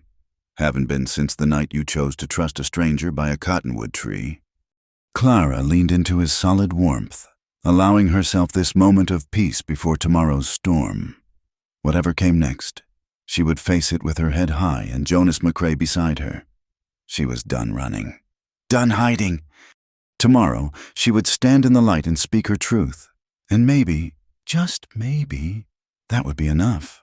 The letter arrived on a Tuesday morning, delivered by a special courier who'd ridden hard from the nearest telegraph station. Clara's hands shook as she broke the seal, recognizing the handwriting immediately. William Hartley himself. Not a lawyer or family member, but the man she'd fled from all those months ago. She stood in the kitchen, breakfast dishes still on the table, aware of Jonas watching her with concern. It had been 2 weeks since the confrontation at the sheriff's office. 2 weeks since Judge Patterson had ruled that Missouri warrants held no weight in the territory without proper evidence. James Hartley had left in a fury, vowing revenge, but they'd heard nothing since. Until now. "My dearest Clara," the letter began, the possessive endearment making her stomach turn. "I trust this letter finds you well, despite the unfortunate circumstances of our separation. I write to inform you that I have recovered fully from my injuries, a mild concussion, and bruised ribs. Nothing more. The stairs at Hartley Manor have since been repaired with a better railing." Clara sank into a chair, continuing to read aloud for Jonas's benefit. "I must confess, your flight wounded me more deeply than any physical injury could. Have I not shown you every consideration? Have I not offered you a life far above your station, yet you repay my generosity with violence and abandonment?" "Generous," Jonas muttered darkly. "That's what he calls forcing himself on you." Clara continued reading. "However, I am prepared to forgive all. Yes, Clara, you read correctly. I will withdraw all charges, call off the investigators, and welcome you back with open arms. We can still have the wedding we planned, the life I promised you. You need only return to independence by month's end, and all will be forgotten." Her voice faltered on the next part. "But should you persist in this foolish rebellion, I will have no choice but to pursue every legal means at my disposal. My family's influence extends far beyond Missouri. As you've already discovered, there is nowhere you can hide that I cannot find you. The choice, my dear, is yours. Return to the comfort and security I offer, or spend your life looking over your shoulder. I await your response. Your devoted fiancé, William." The letter fell from her numb fingers. Jonas picked it up, scanning it again with a deepening scowl. "Devoted," he said flatly. "The man has a strange definition of devotion. He's giving me a choice that's no choice at all." Clara said, "Return to him or live in fear forever." "Or option 3, Jonas said, setting the letter aside. "You stay here and live your life. Let him waste his money on detectives and lawyers." But Clara could see the worry in his eyes. They both knew William's type men who viewed women as possessions, who couldn't bear to lose what they considered theirs. He wouldn't stop until he'd won or destroyed her trying. A knock at the door interrupted her spiraling thoughts. Cookie went to answer, returning with Lucy Morrison. The young woman's usually cheerful face was grave. "Clara, Jonas," she said without preamble. "There's talk in town. That Thornton woman has been spreading rumors that Clara only escaped prosecution because she traded favors to the judge." Clara felt the blood drain from her face. "What?" "It's vicious gossip, and most folks aren't believing it, but—" Lucy twisted her hands. "My father heard some of the men talking at the saloon, wondering if maybe there was truth to it, wondering what kind of woman you really are." Jonas stood abruptly, chair scraping against the floor. "Who was talking? I'll set them straight quick enough." "No." Clara grabbed his arm. "No, that's what they want. They want you to react, to make a scene. It gives the rumors more weight." She was right, and Jonas knew it. He sat back down, but his jaw remained tight with controlled anger. "There's more," Lucy said reluctantly. "Mrs. Thornton claims to have a letter from someone in Independence detailing your supposedly loose morals there. She's showing it around to anyone who'll look." The walls felt like they were closing in. Clara had built something good here, the school. Friendships, a life with Jonas. Now it was all being poisoned by lies and the long reach of William Hartley's malice. "I should go," Clara said dully. "If I leave, maybe they'll—" "Don't!" Jonas's voice was firm. "Don't you dare give them that satisfaction." "But the school, the children, will be taught by a woman of courage and integrity. Same as always." He turned to Lucy. "Thank you for the warning. Will you do something for me?" "Of course. Spread word that Clara and I have an announcement to make at church this Sunday. Make sure everyone knows, especially Mrs. Thornton." After Lucy left, Clara looked at Jonas in confusion.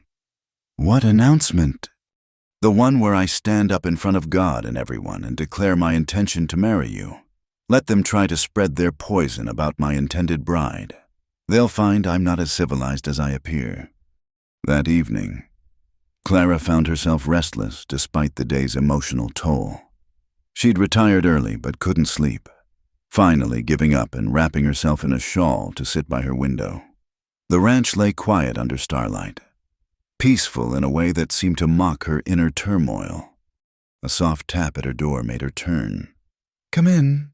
Jonas entered, looking uncertain, a rare expression for him. "Saw your light. Figured you couldn't sleep either."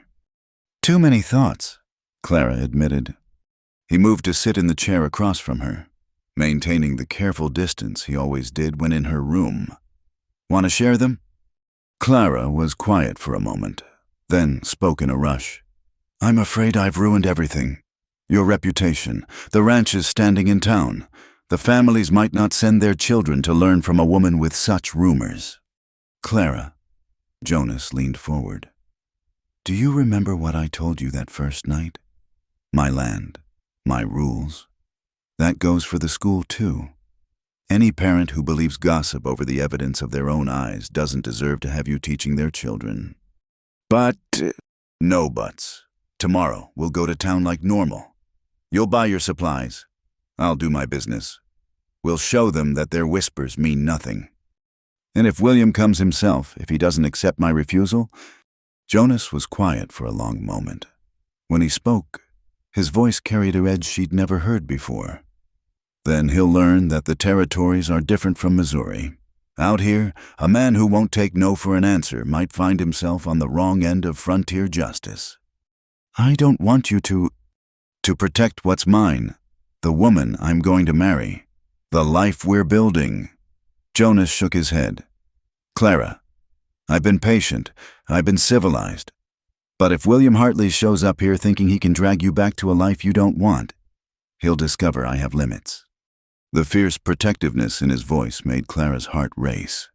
She'd seen Jonas gentle horses and teach children, his big hands careful and kind. But now she glimpsed the steel beneath the man who'd carved a ranch from wild land, who'd survived when others hadn't. "I don't deserve you," she whispered. Jonas stood and crossed to her, kneeling beside her chair so they were eye level. "Don't ever say that. You deserve a man who sees your worth, who respects your choices, who'd face down the devil himself to keep you safe. I aim to be that man, if you'll let me." Clara reached out, touching his face with trembling fingers. He leaned into her palm, eyes closing briefly. "I'm scared," she admitted. "I know, but we'll face it together. That's what partners do." The next morning, they went to town as Jonas had said. Clara held her head high as they walked down Main Street, though she could feel the stares, hear the whispers. Some faces showed sympathy, others curiosity, a few outright hostility. At the general store, Mrs. Patterson served them with her usual efficiency, but Clara noticed how the woman's eyes kept darting to the door, as if expecting trouble. It came in the form of Mrs. Thornton, sweeping in with two companions like carrion birds in taffeta. "Why, Miss Wells," she said loudly, "how brave of you to show your face after such shocking revelations." Clara continued selecting thread, refusing to engage, but Mrs. Thornton wasn't deterred. "I do hope you're not still planning to teach our innocent children. Parents have a right to know about the moral character of those who influence young minds." "That's enough." Jonas stepped between them, his presence filling the space. "You've said your piece. Now move along." "Mr. McCrae, you poor man, blinded by a pretty face. When you learn the truth about her past—" "I know all I need to know." Jonas interrupted. "I know Clara Wells is a good woman who was driven from her home by a man who wouldn't accept rejection. I know she's brought learning and kindness to this community, and I know she's going to be my wife, which makes your slander my business." The store had gone silent, other customers openly watching now. Mrs. Thornton's face flushed. "You can't threaten me." "I'm not threatening. I'm informing. Continue spreading lies about my intended, and we'll settle it in court. I believe slander is still actionable in the territory. My lawyer will be interested in that letter you've been showing around, the one that appeared so conveniently, just as Miss Wells won her case." For the first time, uncertainty flickered in Mrs. Thornton's eyes. She gathered her dignity like armor. "We shall see what the town thinks on Sunday." After she left, Mrs. Patterson surprised Clara by reaching across the counter to pat her hand. "Don't you mind her, dear. Most of us remember what it was like to be young and have men assume we owed them something. You hold your head high." Walking back to the wagon, Clara felt a strange lightness despite everything. Yes, there were those who would believe the worst, but there were also those who saw truth, who stood by what was right. "Thank you," she said to Jonas as he helped her into the wagon, "for defending me, for everything." "No thanks needed between intended folks," he replied, but she caught his small smile. As they drove home, Clara made a decision. She pulled William's letter from her pocket and, without ceremony, tore it into pieces. The wind caught the fragments, scattering them across the prairie. "No more looking backward," she said. "Whatever comes, we face it forward." Jonas reached over and took her hand, his calloused fingers warm around hers. "That's my girl." And for the first time since opening that poisonous letter, Clara felt like maybe those words could be true. Not William's girl, forced and possessed, but Jonas's girl, choosing and chosen.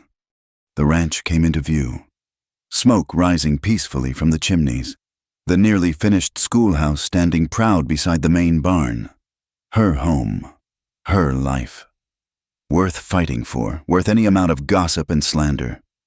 "Jonas," she said as they pulled into the yard, "if William does come, then he'll meet Clara Wells as she really is strong, brave, and surrounded by people who care about her. And he'll meet Jonas McCrae, who doesn't take kindly to men who can't respect a woman's no." Clara squeezed his hand, drawing strength from his steady presence. Let William come. Let Mrs. Thornton gossip. She was done being afraid, done letting others define her worth. She was Clara Wells, soon to be Clara McCrae, teacher, partner, free woman. And that was enough to face whatever tomorrow brought. The first snow of December came early, blanketing the ranch in pristine white. Jonas had been gone since dawn, riding out with Tom Wheeler to check the cattle in the far pastures. The storm had blown in faster than expected, and Clara found herself pacing the kitchen, peering out the frosted windows every few minutes. "He knows these mountains like the back of his hand," Cookie assured her. "Kneading dough for the evening biscuits. Been riding them since before you were born, I reckon." But Clara couldn't shake her worry. The wedding was planned for next week, a simple ceremony at the ranch with Reverend Davis officiating. Everything was ready, her dress sewn by her own hands from soft blue wool. The schoolhouse decorated with pine boughs, the ranch hands practicing their music. After months of uncertainty, her life was finally settling into something good and real. Which was why, of course, something had to go wrong. "Riders coming?" Ben Cruz called from the barn. Clara rushed to the window, heart leaping then sinking. It wasn't Jonas and Tom. 3 riders approached through the swirling snow, and even at a distance, she recognized the lead figure's bearing. William Hartley had come himself. "Cookie, get the men," Clara said quietly, her voice steadier than her hands. "Already on it," Cookie replied, limping quickly toward the bunkhouse. Clara smoothed her apron, touched her hair, then stopped. She wouldn't primp for William. He'd see her as she was now, a working woman. Jonas's intended, no longer the frightened girl who'd fled independence. She opened the door before he could knock. William looked older, she thought with surprise. Only months had passed, but lines creased his face, and his golden hair seemed dulled. He wore an expensive greatcoat and boots better suited to city streets than mountain snow. His companions waited by the horses' hired guards, not the family members who'd pursued her before. "Clara." He removed his hat, snow sliding from its brim. "May I come in?" "No?" He blinked at the flat refusal.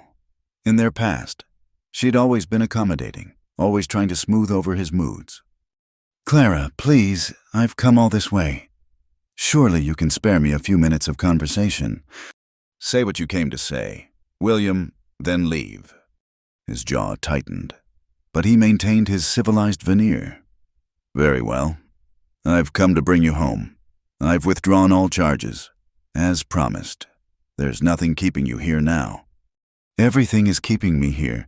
My school, my work, You're Cowboy. William's mask slipped, showing the sneer beneath. Yes, I heard. You're planning to marry some rough rancher. Really, Clara, after everything I offered you. Jonas McCrae is worth 10 of you, Clara said evenly. He's honest and kind and treats me with respect, things you know nothing about. William stepped closer, and Clara caught the smell of whiskey on his breath despite the early hour. Respect, I offered you everything, my name, my fortune, a life of ease. And you threw it in my face for this. He gestured at the ranch with disgust. Living like a servant, teaching farmers' brats, warming the bed of some... Stop! Hank Morrison had appeared, rifle in hand. Behind him stood Ben and young Jim, similarly armed. That's enough. Mr. Lady asked you to leave. William's hand moved toward his coat. You dare! I'd think real careful about your next move, Hank said mildly. We're protective of our schoolmarm here. William's guards had noticed the armed ranch hands and were looking nervous. They weren't gunfighters, just hired muscle used to intimidating townspeople, not facing cowboys who'd lived their whole lives on the frontier. This is ridiculous, William sputtered. Clara, you can't prefer this savage existence to what I'm offering. I prefer freedom. Clara said, I prefer choosing my own life. You had no complaints when I was courting you. The lie sparked anger in Clara's chest, hot and cleansing. I had nothing but complaints. You just never listened. When I said I wanted to keep teaching, you laughed. When I asked for time to consider your proposal, you'd already announced our engagement. When I said no to your advances, you... Don't. His voice turned ugly. Don't you dare paint me as some villain. You led me on. Let me believe. I was polite to a powerful man because I had no choice. That's not leading someone on. William, that's survival. Through the snow, more riders appeared. Clara's heart leapt Jonas and Tom. Returning at last, they must have seen the strange horses because they approached at a gallop. Jonas swung down from his mount before it fully stopped, his eyes taking in the scene Clara at the door. William, too close, the armed standoff. His expression went carefully blank, but Clara saw the tension in his shoulders. Gentlemen, he said mildly, something I can help you with. William turned, looking Jonas up and down with obvious disdain. So you're the cowboy who thinks he can steal my fiancée? Can't steal what was never yours, Jonas replied, moving to stand beside Clara, not in front of her. She noticed beside her, partners, and I believe the lady asked you to leave. I'm not going anywhere without her. Then you'll be staying a mighty long time. Hope you brought provisions. Jonas's voice remained calm, but his hand rested on his gun belt. Clara, you want to continue this conversation? No, I've said all I have to say. There you have it. Jonas addressed William directly. The lady's made her choice. Respect it and ride on. William's face flushed dark red. You have no idea who you're dealing with. My family has no power here, Tom Wheeler interrupted, moving to flank Jonas. This is McCrae land. You're trespassing. For a moment, the tension stretched taut as wire. Then William smiled, an expression that made Clara's skin crawl. Very well. If you want to play frontier justice, we'll play. He pulled a paper from his coat. A legally binding contract of engagement between myself and Miss Clara Wells, signed and witnessed by law. She's mine until formally released from this obligation. Clara felt the blood drain from her face. The engagement contract, she'd forgotten about it in her desperate flight. In some states, Such contracts could indeed be legally enforced, especially when the woman had no male relative to advocate for her. Jonas took the paper. Scanning it quickly, his expression didn't change, but Clara saw something dangerous flicker in his eyes. "Interesting," he said finally. "And what do you propose to do with this?" "Take her back to fulfill her obligations. Of course. She's signed it. She's legally bound."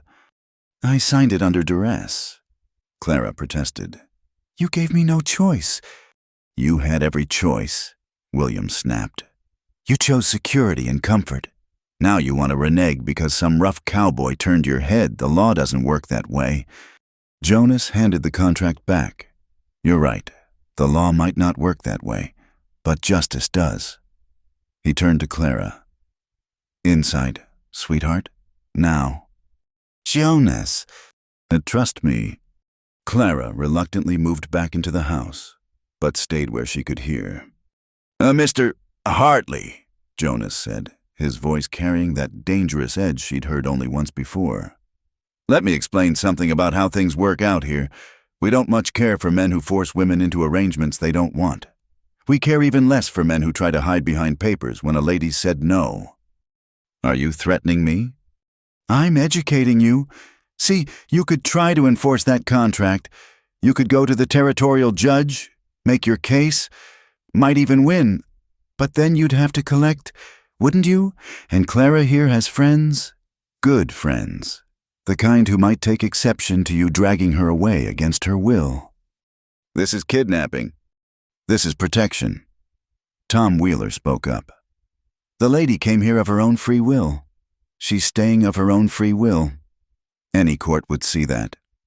"More to the point," Jonas continued, "you'd have to get her off this ranch first, and that, Mr. Hartley, would require going through me, through all of us. Now, I'm a peaceful man by nature, but a man who'd force a woman, well, that might test my Christian patience." William's guards were openly nervous now, hands far from their weapons. The snow fell heavier, muffling sound and making the world seem small and close. "You can't fight the law forever," William said, but his bluster was fading. "Don't have to. Just have to fight it long enough for Clara to become my wife. Then your contract isn't worth the paper it's written on." Jonas smiled, and it wasn't a pleasant expression. "Wedding's next week. You're not invited." William stood frozen, rage and frustration warring on his face. Then, abruptly, he seemed to deflate. "She's not worth this," he said petulantly. "Damaged goods anyway. After living out here with you animals?" The click of Jonas drawing his pistol was very loud in the snow-muffled air. "Apologize to the lady," he said quietly. "Then get off my land before I forget my manners entirely." William's mouth opened and closed like a landed fish. Finally, he managed. "My apologies. Miss Wells." "Now get." Jonas holstered his weapon. "And don't come back. Ever." They watched the three men mount up and ride away, figures quickly swallowed by the swirling snow. Only when they were gone did Jonas turn to Clara, who had stepped back onto the porch. "You all right?" Instead of answering, Clara threw her arms around him, not caring who saw. He was covered in snow and smelled of horse and leather, and she'd never been happier to see anyone. "I thought when you were late, and then he came—" Jonas held her tight, one hand stroking her hair. "Takes more than a storm or a city fool to keep me from you, though I'm sorry you had to face him alone." "I wasn't alone." Clara pulled back to look at him, then at the ranch hands who were discreetly heading back to their work. "I haven't been alone since the night you found me behind that stage." Later, after William's tracks had been covered by fresh snow and Cookie had forced hot coffee and food on everyone, Jonas found Clara in the schoolhouse. She was arranging books on the new shelves, preparing for classes to resume after the wedding. "That contract," she said without turning, "it was real. Legally, he might have tried." Jonas leaned against the doorframe. But legal and right aren't always the same thing.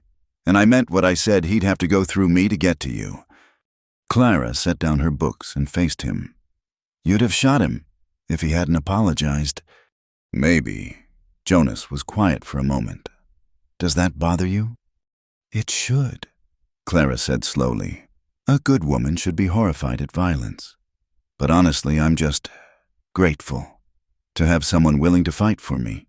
With me. She managed a shaky laugh. What does that say about my character? Says you're human. Jonas crossed to her, taking her hands. Says you've learned the difference between violence for cruelty's sake and violence to protect what matters. World's not always gentle. Clara, sometimes we have to meet it on its terms. The wedding, Clara said suddenly. What if he comes back? What if he disrupts? Then we'll handle it. Together. Like we handle everything else. Jonas squeezed her hands. But I don't think he will. Men like William Hartley are cowards at heart. They prey on those they think are weak. The minute someone stands up to them, shows them they can't just take what they want, they fold. Clara thought about William's face when the ranch hands had appeared, when Jonas had drawn his gun. The shock of being told no and having it enforced. Jonas was right, he wouldn't be back. 1 week, she said softly. 1 week and I'll be Clara McCrae. 6 days. Jonas corrected. But who's counting? Clara laughed, the last of her tension draining away. Outside, the snow continued to fall, blanketing the ranch in clean white, but inside the schoolhouse, with Jonas's arms around her and their future spreading bright before them, she felt only warmth. William Hartley was her past a shadow that had tried one last time to drag her back. But he'd failed. Faced down by good people who valued her freedom over his contracts. In 6 days, she'd stand before her friends and neighbors as a free woman choosing her own path. And that path led here, to this ranch, this man, this life she was building with her own hands. It was more than enough. It was everything.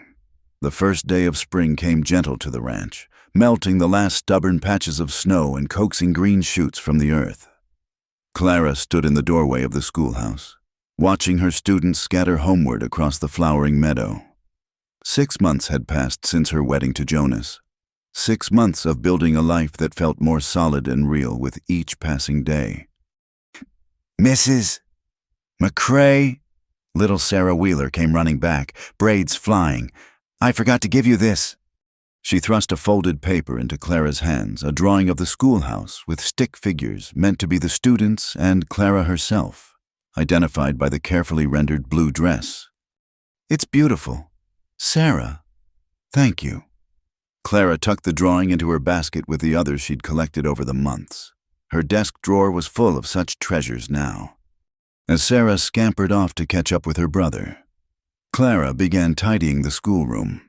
Through the window, she could see Jonas working with a young colt in the corral, his movements patient and sure. He must have sensed her watching because he looked up, touching his hat brim in that gesture that still made her heart skip. You two and your cow eyes. Cookie grumbled good-naturedly from the doorway. Worse than newlyweds, and you've been married half a year. Jealous. Cookie, Clara teased, continuing to clean the slate boards. Maybe I am. When's the last time someone looked at me like that? But he was smiling as he said it. Anyway, came to tell you there's a visitor up at the house. Lady asking for you specifically. Clara's hands stilled. Even after all these months, unexpected visitors made her nervous. Did she give a name? Mrs. Margaret Sinclair said she came from Independence. The name meant nothing to Clara, but Independence. She set down her cleaning cloth with deliberate calm. I'll be right there. The woman waiting in the parlor was perhaps 50, with steel-gray hair and a kind face lined by years of prairie sun. She rose when Clara entered, extending both hands in greeting. My dear Clara, may I call you Clara? I feel I know you, though we've never met. I'm afraid you have me at a disadvantage, Mrs. Sinclair. Of course, forgive me. I'm Margaret Sinclair. I run the Sinclair Academy for Young Ladies in Independence. After you left, several of your former students came to my school." Clara tensed. "But Mrs. Sinclair continued warmly, "they spoke of you constantly. How Miss Wells would have taught this better. How Miss Wells made arithmetic seem like magic. How Miss Wells never raised her voice even when Tommy Henderson put a frog in her desk drawer." Despite her wariness, Clara found herself smiling. Tommy was a trial, but a bright one. Indeed, so bright that his parents hired a private tutor when the public school couldn't keep his interest after you left. Mrs. Sinclair settled back in her chair. "But I haven't come all this way to discuss Tommy Henderson. I came to deliver this." She produced an envelope, heavy with quality paper. Clara recognized the handwriting immediately. Her former student, Emma Hartley, William's young cousin. "Emma," Clara's voice came out strangled. "She's at my academy now. A brilliant girl, though troubled by family circumstances." Mrs. Sinclair's expression grew careful. "Her Uncle William passed away 3 months ago. A riding accident, they said, though there were whispers of too much drink and a spooked horse." Clara sank into a chair, the letter trembling in her hands. William dead. The man who'd haunted her dreams, who'd driven her from her home, who'd tried even here to drag her back, gone. "I don't know what to feel," she admitted. "That's natural. He was a complicated part of your life." Mrs. Sinclair leaned forward. "Emma wanted you to know. She also wanted me to tell you that many in Independence know the truth now. After William's death, some of the servants came forward about things they'd seen and heard. His reputation, shall we say, did not survive scrutiny." Clara opened Emma's letter with shaking hands. The girl's neat penmanship brought back memories of peaceful classroom afternoons before everything changed. "Dear Miss Wells," she read silently, "I hope this finds you well and happy. Cousin Margaret says you're married now and teaching again. I'm glad. You were the best teacher I ever had, and I was so angry when you left without saying goodbye.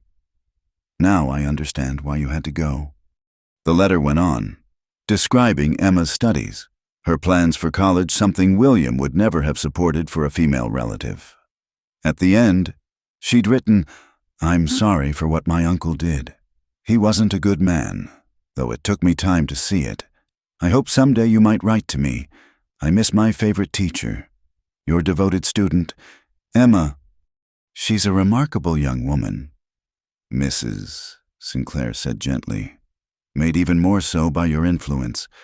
Several of your former students have said the same, that you showed them they could be more than what others expected." Clara wiped her eyes, carefully refolding the letter. "Thank you for bringing this. It means more than you know. There's one more thing." Mrs. Sinclair reached into her bag again. "The school board, what remains of it after the scandal, wanted me to deliver this as well. It was an official document, sealed with the Board of Education stamp." Clara broke the seal and read, her eyes widening. "They're offering me a formal apology," she said in wonder. And they're clearing my teaching record. Any marks against me have been expunged." "Some of us never believed the stories," Mrs. Sinclair said. "But William's family had influence, and fear makes cowards of many. With him gone and the truth revealed, people found their courage again." Jonas appeared in the doorway, having seen the unfamiliar buggy. Clara wordlessly handed him the letter, watching his face as he read. His expression darkened at William's name, then softened as he reached Emma's words. "This changes things for you," he said quietly. "Your record cleared, your reputation restored. You could go back if you wanted." Mrs. Sinclair looked between them with interest. "Is this your husband, Mr. McCrae, I presume?" "Yes, ma'am."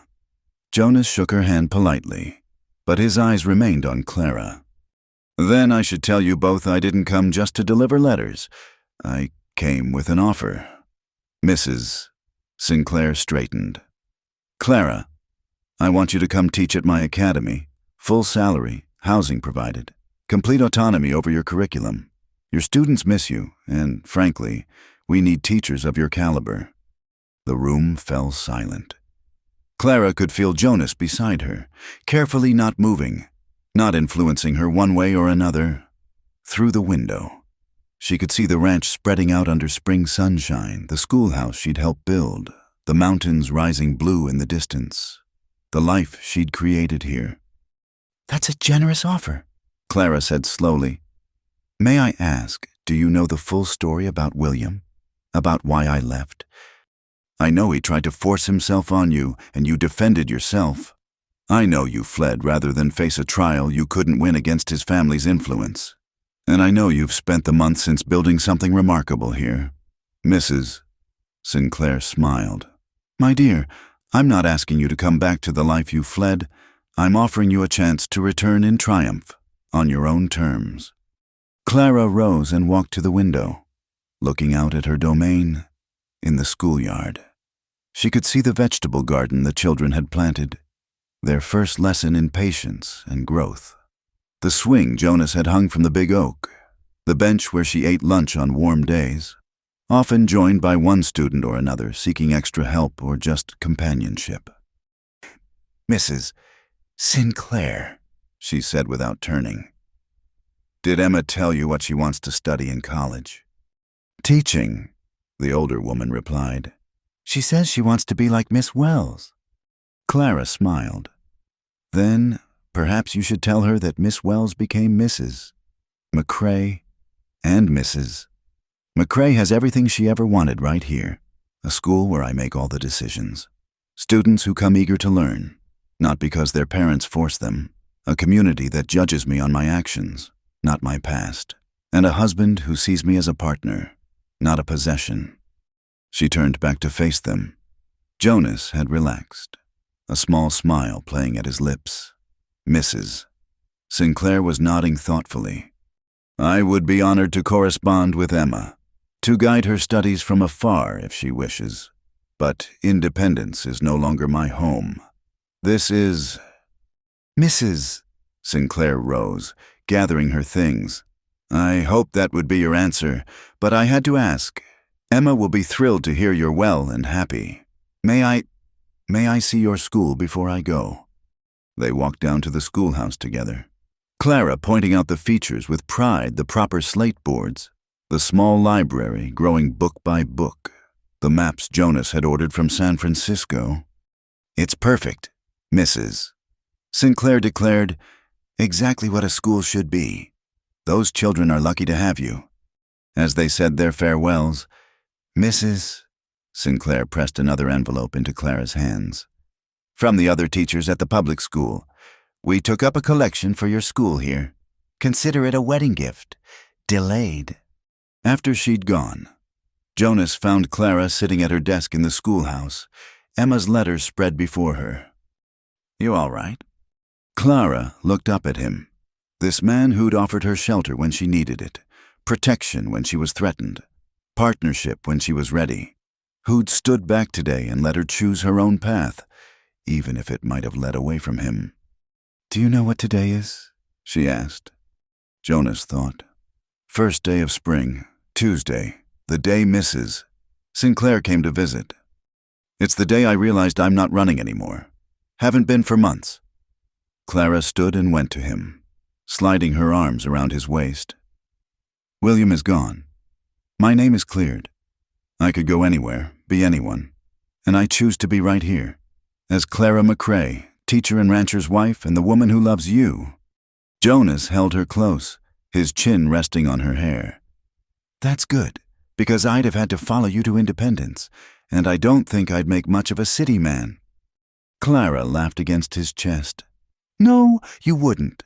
You belong here, under open sky, and so do I." They stood together in the schoolhouse doorway, looking out at the ranch, their ranch, in the distance. Cookie was hanging laundry with more vigor than skill. The ranch hands were working on the new corral expansion.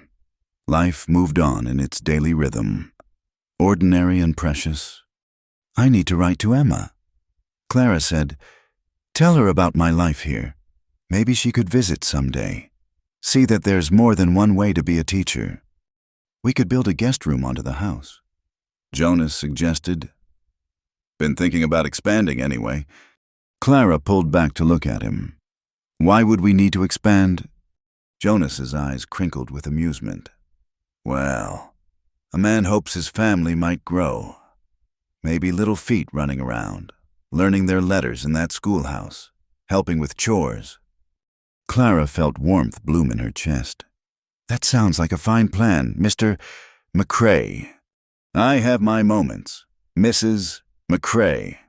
As the sun set behind the mountains, painting the sky in shades of rose and gold, Clara thought about the journey that had brought her here. From a frightened woman hiding behind a stage to a respected teacher and beloved wife. It hadn't been the path she'd planned, but it had led her home.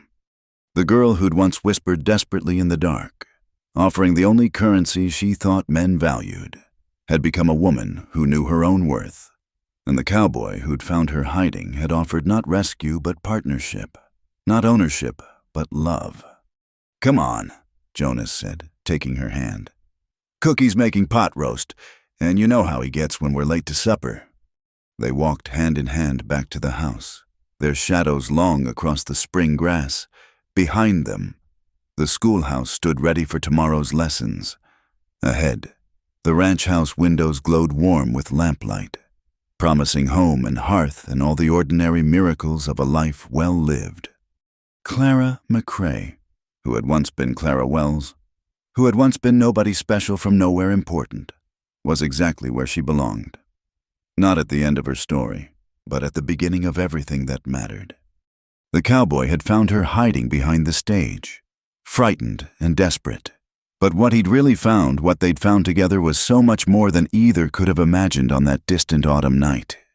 A love built on respect, a life built on choice, a future built on the unshakable foundation of two people who saw each other clearly and liked what they saw. It was more than enough. It was everything. And it was only the beginning. Thank you for listening to this story. I'd love to know where in the world you're enjoying this tale. Please share in the comments below so we can connect and exchange thoughts about Clara and Jonas's journey. If you enjoyed this story, please subscribe to Wild West Stories 1850 and hit the like button. And don't forget to press the hype button to help this story reach more listeners who love authentic Western romance. Until next time, partners.